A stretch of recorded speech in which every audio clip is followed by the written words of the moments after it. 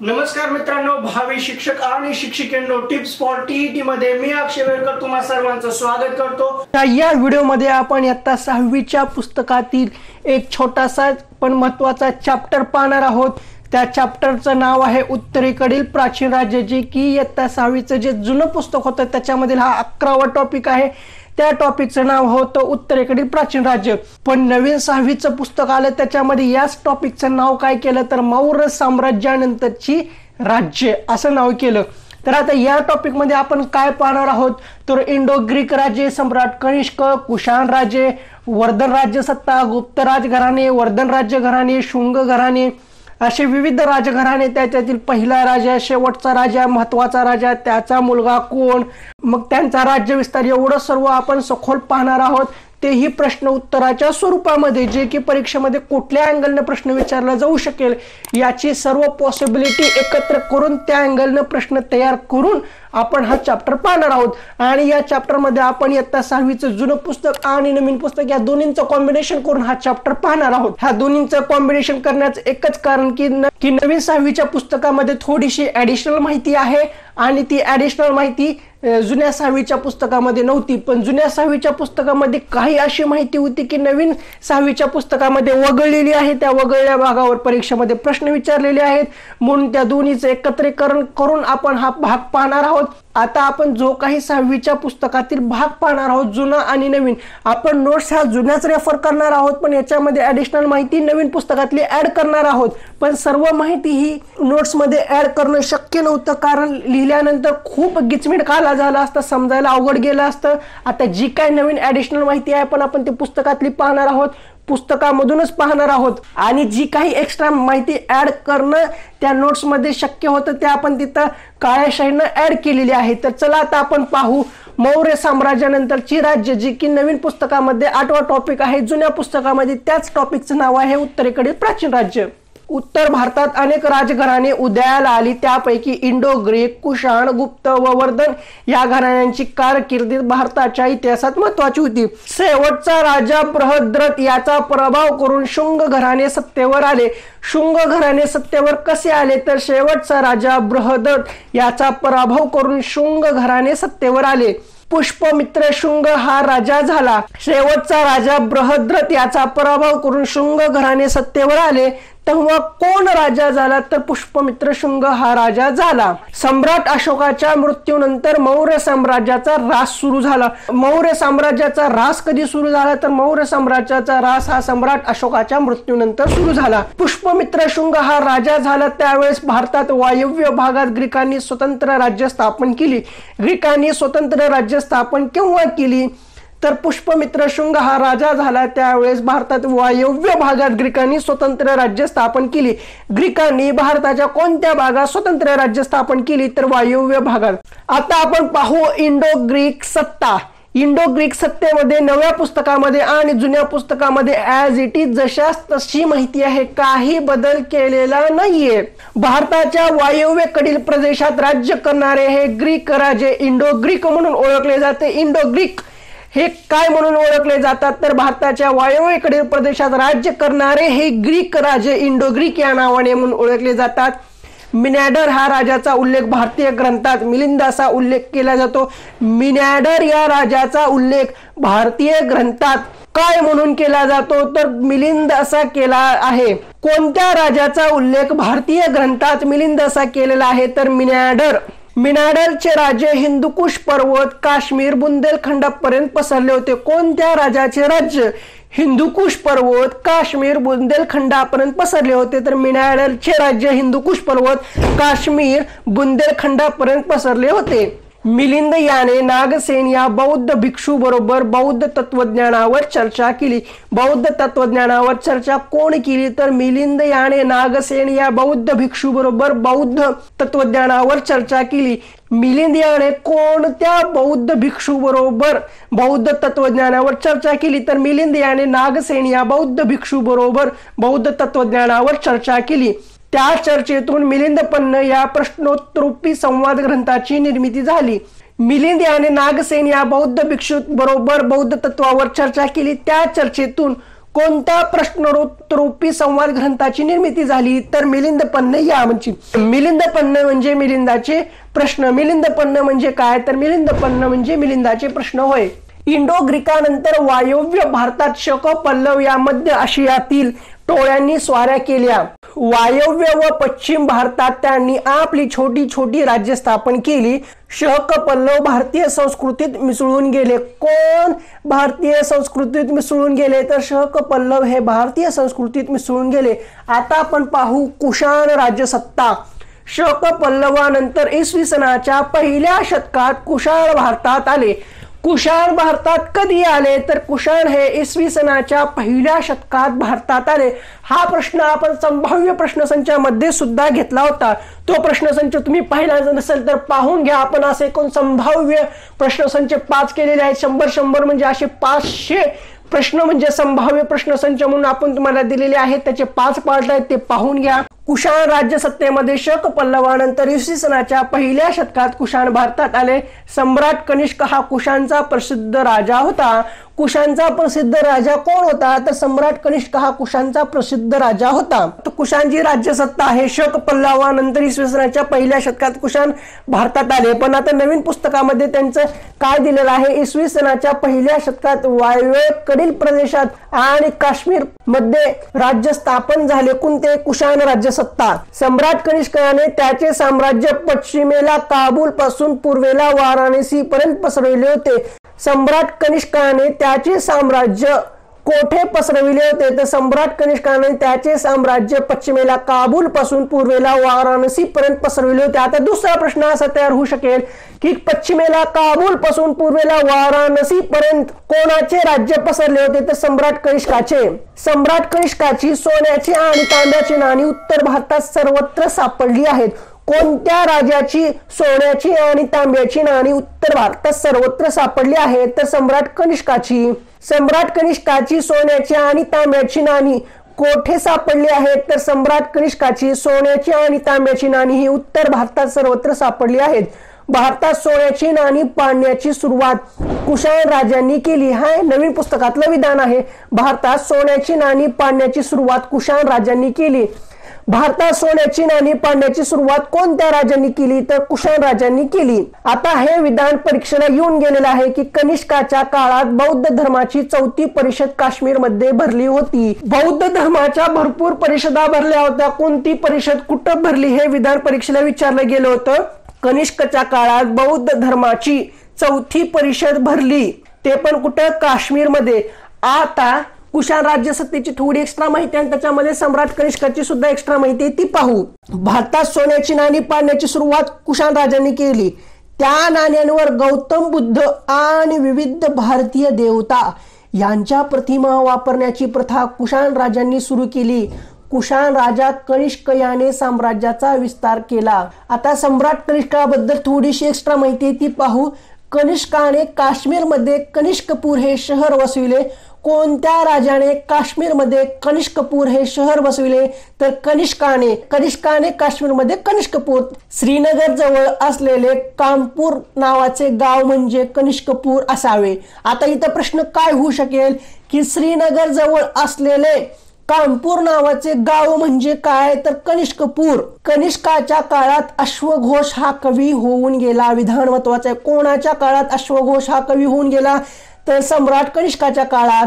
आता अश्वघोषाने बुद्ध चरित्र आणि वज्रसूची हे ग्रंथ लिहिले. बुद्ध चरित्र आणि वज्रसूची हे ग्रंथ कोणी लिहिले? तर अश्वघोषाने. अश्वघोष हा कनिष्काच्या काळात होऊन गेला होता. कनिष्काच्या दरबारात चरक हा प्रसिद्ध वैद्य होता. कनिष्काच्या काळात कोणता प्रसिद्ध वैद्य होता? तर चरक हा प्रसिद्ध वैद्य होता. चरक हा कोण होता? तर प्रसिद्ध वैद्य होता, तोही कनिष्काच्या दरबारात. आता जे काही कनिष्काचे सोन्याचे नाणे आहे त्याच्याबद्दल थोडीशी एक्स्ट्रा माहिती आहे, ती आपण पाहू. हे नाणे सम्राट कनिष्काने पाडले होते. या नाण्याच्या दर्शनी बाजूवर ग्रीक लिपीत लिहिलेला शाओ कनिष्को कोशानो असा लेख आहे. याचा अर्थ राजाधिराज कनिष्क कुशाण असा आहे. नाण्याच्या मागील बाजूस गौतम बुद्धाची प्रतिमा आहे आणि बाजूला ग्रीक लिपीत बौद्ध म्हणजे बुद्ध लिहिलेले आहे. आता आपण पाहू गुप्त राज्यसत्ता। नवीन पुस्तकामध्ये त्याला गुप्त राजघराणे असे नाव दिलेले आहे। इसवी सन 320 ते इसवी सन 600 या काळात उत्तर भारतात गुप्त साम्राज्य होते। गुप्त साम्राज्य भारतात कधी होते तर इसवी सन 320 ते इसवी सन 600 या काळात उत्तर भारतात गुप्त साम्राज्य होते। गुप्त साम्राज्य भारतात कोठे होते तर गुप्त साम्राज्य भारतात उत्तर भारतात होते। श्रीगुप्त हा गुप्त घराण्याचा संस्थापक होता। गुप्त घराण्याचा संस्थापक कोण तर गुप्त घराण्याचा संस्थापक हा श्रीगुप्त होता। श्रीगुप्त घराण्याची सत्ता पहिल्या चंद्रगुप्ताच्या कारकिर्दीत प्रबळ झाली। गुप्त घराण्याची सत्ता कोणाच्या कारकिर्दीत प्रबळ झाली तर गुप्त घराण्याची सत्ता ही पहिल्या चंद्रगुप्ताच्या कारकिर्दीत प्रबळ झाली। त्याने गुप्त साम्राज्याचा पाया घातला। गुप्त साम्राज्याचा पाया कोणी घातला तर गुप्त साम्राज्याचा पाया हा पहिल्या चंद्रगुप्ताने घातला। पहिल्या चंद्रगुप्तानंतर समुद्रगुप्त सत्तेवर आला। पहिल्या चंद्रगुप्तानंतर सत्तेवर कोण आला तर पहिल्या चंद्रगुप्तानंतर समुद्रगुप्त सत्तेवर आला। समुद्रगुप्त सत्तेवर कधी आला तर पहिल्या चंद्रगुप्तानंतर समुद्रगुप्त सत्तेवर आला। समुद्रगुप्ताचे राज्य आसाम पासून पंजाब पर्यंत पसरले होते। समुद्रगुप्ताचे राज्य हे आसाम पासून पंजाब पर्यंत पसरले होते। आसाम पासून पंजाब पर्यंत कोणाचे राज्य पसरले होते तर आसाम पासून पंजाब पर्यंत हे समुद्रगुप्ताचे राज्य पसरले होते। आता प्रश्न असाही होऊ शकेल की समुद्रगुप्ताचे राज्य कुठून कुठपर्यंत पसरले होते तर आसाम पासून पंजाब पर्यंत पसरले होते। समुद्रगुप्ताने कांची पर्यंतच्या पूर्व किनारपट्टीचा प्रदेशही जिंकला। आता इथं नवीन पुस्तकामध्ये काय दिलेलं आहे समुद्रगुप्ताने तामिळनाडू मधील कांची पर्यंतचा पूर्व किनारपट्टीचा प्रदेश जिंकला। बस एवढा शब्द टाकला आहे। समुद्रगुप्ताने कुठला प्रदेश जिंकून घेतला तर तामिळनाडू मधील कांची पर्यंतच्या पूर्व किनारपट्टीचा प्रदेश जिंकून घेतला। समुद्रगुप्ताच्या वाढत्या सामर्थ्यामुळे वायव्य सरहद्दीवरील राजे व श्रीलंकेतील राजांनी समुद्रगुप्ताशी मैत्रीचा करार केला। समुद्रगुप्ताशी मैत्रीचा करार कोण केला तर समुद्रगुप्ताशी मैत्रीचा करार हा समुद्रगुप्ताच्या वाढत्या सामर्थ्यामुळे वायव्य सरहद्दावरील राजे व श्रीलंकेतील राजांनी समुद्रगुप्ताशी मैत्रीचा करार केला। समुद्रगुप्ताच्या दिग्विजयाचे वर्णन अलाहाबाद म्हणजे आजच्या प्रयाग येथील एका शिलालेखात सापडते। अलाहाबादचं आता सध्याचं नाव प्रयागराज असं आहे आणि नवीन पुस्तकामध्ये ते प्रयाग दिलेलं आहे। समुद्रगुप्ताच्या दिग्विजयाचे वर्णन प्रयाग म्हणजेच अलाहाबाद येथील एका शिलालेखात सापडते। आता शिलालेखाला स्तंभ म्हणून असा तिथं उल्लेख केलेला आहे नवीन पुस्तकात आणि त्या शिलालेखात म्हणजे तो लेख प्रयाग प्रशस्ती म्हणून ओळखला जातो आणि प्रयाग प्रशस्ती याला अलाहाबाद प्रशस्ती असे सुद्धा म्हणतात जे की नवीन पुस्तकामध्ये दिलेला आहे। जो काय समुद्रगुप्ताच्या दिग्विजयाचे वर्णन अलाहाबाद येथील एका शिलालेखात सापडते शिलालेख म्हणजे स्तंभ तो लेख हा प्रयाग प्रशस्ती म्हणून ओळखला जातो। प्रयाग प्रशस्ती याला अलाहाबाद प्रशस्ती असे सुद्धा म्हणतात। समुद्रगुप्त विद्या व कलांचा भोक्ता आणि संगीत प्रेमी होता हे त्याच्या सोन्याच्या नाण्यांवरून समजते। समुद्रगुप्त हा विद्या व कलांचा भोक्ता होता तो संगीत प्रेमीही होता हे त्याच्या कशावरून समजते तर हे त्याच्या सोन्याच्या नाण्यावरून समजते। समुद्रगुप्त कोण होता तर समुद्रगुप्त हा विद्या व कलांचा भोक्ता होता आणि संगीत प्रेमी होता। आता समुद्रगुप्ताबद्दल नवीन पुस्तकामध्ये थोड्याशा 2 एक्स्ट्रा ओळी ऍड केलेल्या आहेत त्या कुठल्या ते आपण पाहू। समुद्रगुप्त वीणा वादनात प्रवीण होता। समुद्रगुप्त हा वीणा वादनात प्रवीण होता लक्षात घ्या। समुद्रगुप्त हा विद्या व कलांचा भोक्ता होता तो संगीत प्रेमीही होता। तसेच समुद्रगुप्त हा वीणा वादनात प्रवीण होता। समुद्रगुप्ताने विविध प्रकारच्या प्रतिमा असलेली नाणी काढली त्यांतील एका प्रकारात तो स्वतः वीणा वाजवताना दिसतो त्यावर समुद्रगुप्त असे नाव लिहिलेले आहे। आता आपण पाहू दुसऱ्या चंद्रगुप्ताबद्दल महत्त्वाची माहिती। समुद्रगुप्तानंतर त्याचा मुलगा दुसरा चंद्रगुप्त सत्तेवर आला। दुसरा चंद्रगुप्त कधी सत्तेवर आला तर समुद्रगुप्ताच्या नंतर त्याचा मुलगा दुसरा चंद्रगुप्त सत्तेवर आला। वायव्येकडील अनेक राज्ये त्याने जिंकून घेतली। शकांचा आर्य म्हणजे शत्रू म्हणून त्याला शकारी असे म्हणतात। कोणाला तर दुसऱ्या चंद्रगुप्ताला। शकांचा आर्य म्हणजे शत्रू म्हणजे शकारी असे कोणाला संबोधले जाते तर दुसऱ्या चंद्रगुप्ताला। गुप्तांचे साम्राज्य त्याने वायव्येकडील वाढवले। माळवा गुजरात व सौराष्ट्र हे पश्चिमेकडील प्रदेश त्याने आपल्या साम्राज्याला जोडले। माळवा गुजरात व सौराष्ट्र हे पश्चिमेकडील प्रदेश कोणी आपल्या साम्राज्याला जोडले तर दुसऱ्या चंद्रगुप्ताने दक्षिणेकडील सामर्थ्यशाली वाकाटक घराण्यात आपल्या मुलीचा विवाह करून देऊन त्याने नातेसंबंध प्रस्थापित केले. आता नवीन पुस्तकामध्ये फक्त इथं 2 शब्द ऍड केलेले आहेत. कुठले? दक्षिणेकडील सामर्थ्यशाली वाकाटक घराण्यातील दुसरा रुद्रसेन याच्याशी आपल्या मुलीचा म्हणजे त्याच्या मुलीचं नाव तिथे दिलेलं आहे प्रभावती शी विवाह करून देऊन त्याने नातेसंबंध प्रस्थापित केले. आता इथं दुसरे 2 शब्द काय ऍड केले? दक्षिण भारतातील सामर्थ्यशाली वाकाटक घराण्यातील दुसरा रुद्रसेन याच्याशी आपल्या मुलीचा विवाह करून मुलीचं नाव दिलेलं आहे प्रभावती नातेसंबंध प्रस्थापित केले. हे 2 शब्द नवीन पुस्तकातून ऍड केलेले आहेत. म्हणजे जुन्या पुस्तकामध्ये त्या वाकाटक घराण्यातील तो मुलगा आणि त्याच्या मुलीचं नाव दिलेलं नव्हतं, नवीन पुस्तकात दिलेलं आहे. दुसऱ्या चंद्रगुप्ताच्या काळात फैहान हा चीनी प्रवासी भारतात आला होता. त्याने आपले प्रवास वर्णन लिहून ठेवले. दुसऱ्या चंद्रगुप्ताच्या काळात कोणता चीनी प्रवासी भारतात आला होता? तर फैहान हा चीनी प्रवासी भारतात आला होता. कोणाच्या काळात फैहान हा चीनी प्रवासी भारतात आला होता? तर दुसऱ्या चंद्रगुप्ताच्या काळात. आता दुसऱ्या चंद्रगुप्ताबद्दल नवीन पुस्तकात थोडीशी एक्स्ट्रा माहिती आहे. ती काय आहे ती पाहू. दिल्ली जवळील मेहरौली येथे एक लोहस्तंभ उभा आहे. ते सुमारे 1500 वर्षांहून अधिक जुना आहे, तरी तो गंजलेला नाही. प्राचीन भारतीयांनी तंत्रज्ञानात केलेले प्रगतीचे हे एक प्रतीक आहे. या लोहस्तंभावरील लेखात चंद्र नावाचा राजाचा उल्लेख आहे. त्या उल्लेखाच्या आधारे हा लोहस्तंभ दुसऱ्या चंद्रगुप्ताच्या काळातील आहे असे मानले जाते. आता इथं फैहान या चीनी प्रवाशाबद्दल माहिती आहे. ती काय माहिती आहे आपण ती पाहू. ही माहिती नवीन पुस्तकातील आहे आणि जुन्या पुस्तकातील सुद्धा आपण माहिती पाहू. म्हणजे दोन्ही पुस्तकांत माहितीबद्दल किती तफावत आहे, किती एक्स्ट्रा माहिती आहे ते आपल्याला कळून जाईल. फैहान हा चीनी प्रवासी दुसऱ्या चंद्रगुप्ताच्या काळात भारतात आला होता.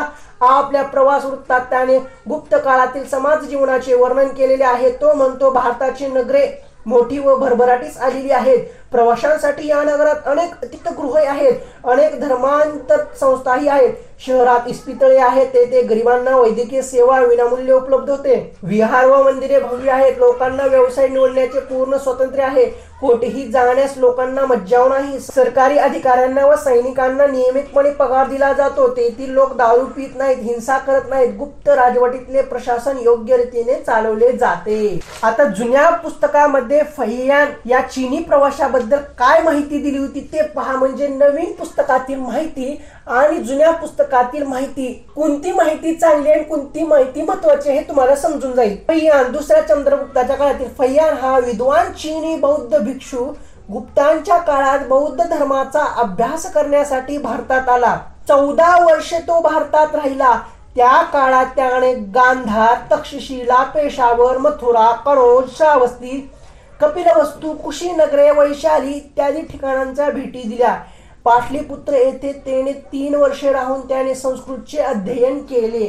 पहा कोणती माहिती जास्त आहे, कोणती माहिती कमी आहे. ही माहिती नवीन पुस्तकात नाही आणि नवीन पुस्तकातली माहिती जुन्या पुस्तकात नाही. म्हणून दोन्ही पुस्तकांची माहितीचा अभ्यास करणं आपल्याला गरजेचं आहे. आता आपण पाहू वर्धन राज्यसत्ता. वर्धन राज्यसत्तेबद्दल काही विधाने आहेत ते जुन्या पुस्तकामध्ये नाहीत. ते कोणती आहेत आपण ते पाहू. दिल्ली जवळ असणाऱ्या थानेसर या ठिकाणी प्रभाकर वर्धन नावाचा राजा राज्य करीत होता. दिल्ली जवळ असणाऱ्या थानेसर या ठिकाणी कोणत्या राजा राज्य करीत होता? तर प्रभाकर वर्धन नावाचा राजा राज्य करीत होता. त्याने वर्धन घराण्याची स्थापना केली. वर्धन घराण्याची स्थापना कोणी केली? तर वर्धन घराण्याची स्थापना ही प्रभाकर वर्धन याने केली. हर्षवर्धन हा त्याचा मुलगा होय. हर्षवर्धन हा कुणाचा मुलगा होता? तर हर्षवर्धन हा प्रभाकर वर्धन यांचा मुलगा होता. आता जुन्या पुस्तकात काय आहे? गुप्त सत्तेच्या उतरत्या काळात म्हणजे इसवी सनाच्या 6व्या शतकात भारतातील वायव्येकडील प्रदेशात वर्धन राज्यसत्ता उदयाला आली. वर्धन घराण्यातील सम्राट हर्षवर्धन हा महत्वाचा राजा होता. वर्धन घराण्यातील महत्वाचा राजा कोण? तर सम्राट हर्षवर्धन. आणि सम्राट हर्षवर्धन कोण होता? तर तो प्रभाकर वर्धन यांचा मुलगा होता. सम्राट हर्षवर्धनाने आपला विस्तार उत्तरेस नेपाळ, दक्षिणेस नर्मदा, पूर्वेस आसाम आणि पश्चिमेस म्हणजे आता पश्चिमेच्या ठिकाणी तिथं गुजरात दिलेला आहे नवीन पुस्तकात, माळव्यापर्यंत केला. कामरूप म्हणजे प्राचीन आसाम होय. कामरूप म्हणजे प्राचीन आसाम होय. आता कामरूप म्हणजे प्राचीन आसाम हे नवीन पुस्तकामध्ये दिलेलं आहे. सम्राट हर्षवर्धनाने आपला विस्तार उत्तरेस नेपाळ, दक्षिणेस नर्मदा, पूर्वेस आसाम आणि पश्चिमेस गुजरात माळव्यापर्यंत केला. माळव्यापर्यंत म्हणजे गुजरात पर्यंत केला. कामरूप म्हणजे प्राचीन आसाम. आता इथे एक नवीन एक्स्ट्रा ओळ ऍड आहे, ती नवीन पुस्तकामध्ये आहे, जुन्या पुस्तकामध्ये ती नाहीये. कामरूप म्हणजे प्राचीन आसाम. तेथील राजा भास्कर वर्मन याच्याशी त्याचे मैत्रीचे संबंध होते. कुणाचे? सम्राट हर्षवर्धनाचे. सम्राट हर्षवर्धनाचे कुणाशी मैत्रीचे संबंध होते? तर राजा भास्कर वर्मनशी. राजा भास्कर वर्मन हा कुठला होता? तर तो प्राचीन आसाम मधला होता. सम्राट हर्षवर्धनकडे त्याचे लष्करी सामर्थ्य ही बरेच होते. त्याच्या पदरी पाऊण लाखापेक्षा जास्त फौज होती. हा भाग नवीन पुस्तकामधून वगळलेला आहे. नवीन पुस्तकामध्ये हा भाग नाहीये. सम्राट हर्षवर्धनकडे त्याचे लष्करी सामर्थ्य ही बरेच होते. त्याच्या पदरी पाऊण लाखापेक्षा जास्त फौज होती. सम्राट हर्षवर्धनने आपला राजदूत चीनला पाठवला. सम्राट हर्षवर्धनने आपला राजदूत कोठे पाठवला? तर सम्राट हर्षवर्धनने आपला राजदूत हा चीनला पाठवला. कनौज ही सम्राट हर्षवर्धन साम्राज्याची राजधानी होती. सम्राट हर्षवर्धनाच्या साम्राज्याची राजधानी कोणती? कनौज. कनौज ही कोणाच्या साम्राज्याची राजधानी होती? तर कनौज ही सम्राट हर्षवर्धनाच्या साम्राज्याची राजधानी होती. सम्राट हर्षवर्धन हा बौद्ध धर्मांचा अनुयायी होता. त्याच्या काळात युआन शांग हा विद्वान भिक्षू चीनहून भारतात आला. कोणाच्या काळात युआन शांग हा विद्वान भिक्षू चीनहून भारतात आला? तर सम्राट हर्षवर्धन च्या काळात. आणि सम्राट हर्षवर्धन हा कोणत्या धर्माचा अनुयायी होता? तर सम्राट हर्षवर्धन हा बौद्ध धर्माचा अनुयायी होता. हर्षवर्धन विद्वानांचा आश्रयदाता होता. तो स्वतःही कवी होता व नाटककार होता. सम्राट हर्षवर्धन कोणाचा आश्रयदाता होता? तर तो सम्राट हर्षवर्धन हा विद्वानांचा आश्रयदाता होता. सम्राट हर्षवर्धन कोण होता? तर सम्राट हर्षवर्धन हा स्वतः कवीही होता आणि नाटककार होता. सम्राट हर्षवर्धनाने रत्नावली व नागानंद ही नाटके लिहिली. आता नवीन पुस्तकामध्ये एक एक्स्ट्रा नाटक टाकलेलं आहे, प्रियदर्शिका. म्हणजे आता सम्राट हर्षवर्धनाने 3 नाटके लिहिली. कुठली? रत्नावली, नागानंद आणि प्रियदर्शी. आता नवीन पुस्तकामध्ये आणखी थोड्याशा 2-4 ओळी एक्स्ट्रा आहेत. त्या कुठल्या आहेत ते पाहू. हर्षवर्धनाच्या दरबारातील राजकवी बाणभट्ट याने हर्षचरित्र हा हर्षवर्धनाच्या जीवनावरील ग्रंथ लिहिला. हर्षवर्धनाच्या जीवनावरील ग्रंथ कोणता? तर हर्षचरित्र हा हर्षवर्धनाच्या जीवनावरील ग्रंथ. आणि हर्षचरित्र हा ग्रंथ कोणी लिहिला? तर राजकवी बाणभट्ट याने. हर्षवर्धनाच्या कारकिर्दीची माहिती मिळते कशामध्ये? तर हर्षचरित्र या हर्षवर्धनाच्या जीवनावर आधारित ग्रंथामध्ये. हर्षवर्धनाने बौद्ध धर्माचा स्वीकार केला. हर्षवर्धनाने कोणत्या धर्माचा स्वीकार केला? बौद्ध धर्माचा. आणि तो बौद्ध धर्माचा अनुयायी होता म्हणून त्याने बौद्ध धर्माचा स्वीकार केला. आता युआन शांग याच्याबद्दल थोडीशी माहिती एक्स्ट्रा आहे, ती पाहू जी नवीन पुस्तकामध्ये आहे. युआन शांग नालंदा विद्यापीठात तो 2 वर्ष राहिला. नालंदा विद्यापीठात 2 वर्ष कोण राहिला? युआन शांग. त्याने चीनमध्ये गेल्यावर बौद्ध ग्रंथाचे चीनी भाषेत भाषांतर केले. बौद्ध ग्रंथाचे चीनी भाषेत भाषांतर कोण केले? तर युआन शांग यांनी केले. युआन शांग भारतभर फिरला. त्याने महाराष्ट्रातील लोकांविषयी मोठे गौरवपूर्व उद्गार काढले. तो म्हणतो महाराष्ट्रातील लोक मानी आहेत. कोणी उपकार केले तर ते नेहमी स्मरतात, पण जर कोणी त्यांचा अपमान केला तर ते गय करीत नाहीत. संकटात सापडलेल्या माणसांना आपल्या प्राण्यांचीही पर्वा न करता ते मदत करतात. शरण आलेल्यास ते अपाय करीत नाहीत. असे कोण सांगतो? तर युआन शांग हा सांगतो. हर्षवर्धनाने प्रजेच्या सोयीसाठी सार्वजनिक दवाखाने व धर्मशाळा बांधल्या, पाणपोया बांधल्या. राज्याच्या उत्पन्नाचा मोठा वाटा तो सार्वजनिक हितासाठी वापरत असे. दर 5 वर्षांनी हर्षवर्धन आपली संपत्ती लोकांना वाटून टाकत. कोणता राजा दर 5 वर्षांनी आपली संपत्ती लोकांना वाटून टाकत असे? तर सम्राट हर्षवर्धन. दर 5 वर्षांनी हर्षवर्धन काय करत असे? तर दर 5 वर्षांनी सम्राट हर्षवर्धन हा संपत्ती लोकांना वाटून टाकत असे. प्रजाहित दक्ष व दानशूर राजा म्हणून हर्षवर्धन इतिहासात प्रसिद्ध आहे. हर्षवर्धन इतिहासात प्रसिद्ध का आहे? तर प्रजाहित दक्ष व दानशूर राजा म्हणून हर्षवर्धन इतिहासात प्रसिद्ध आहे. प्रजाहित दक्ष व दानशूर राजा कोणास म्हटले जाते? तर हर्षवर्धन राजा यास म्हटले जाते. ईशान्य भारतातील राजसत्ता असा एक घटक आहे, तो जुन्या पुस्तकात नाहीये, हा नवीन पुस्तकामध्ये ऍड केलेला आहे. ईशान्य भारतातील मणिपूर प्रदेशातील उलुपू या राज्यकन्येच्या अर्जुनाबरोबर विवाह झाल्याची कथा महाभारतात आढळते. ईशान्य भारतातील मणिपूर प्रदेशातील उलुपू या राज्यकन्येचा अर्जुनाबरोबर विवाह झाल्याची कथा महाभारतात आली आहे. कामरूप हे राज्य इसवी सनाच्या 4थ्या शतकात उदयाला आले. कामरूप हे राज्य इसवी सनाच्या कोणत्या शतकात उदयाला आले? तर कामरूप हे राज्य इसवी सनाच्या 4थ्या शतकात उदयाला आले. पुष्पवर्मन हा कामरूप राजा संस्थापक होता. समुद्रगुप्ताच्या अलाहाबाद येथील स्तंभलेखात त्याचा उल्लेख केलेला आहे. कामरूपाच्या राजांचे अनेक कोरीव लेख उपलब्ध आहेत. महाभारत आणि रामायण या महाकाव्यांमध्ये कामरूपाचा उल्लेख प्राग्य ज्योतिष या नावाने केला जातो. प्राग्य ज्योतिष या नावाने कशामध्ये उल्लेख केलेला आढळतो? तर महाभारत आणि रामायण या महाकाव्यांमध्ये कामरूपचा उल्लेख प्राग्य ज्योतिष या नावाने केलेला आढळतो. प्राग्य ज्योतिषपूर ही त्या राज्याची राजधानी होती.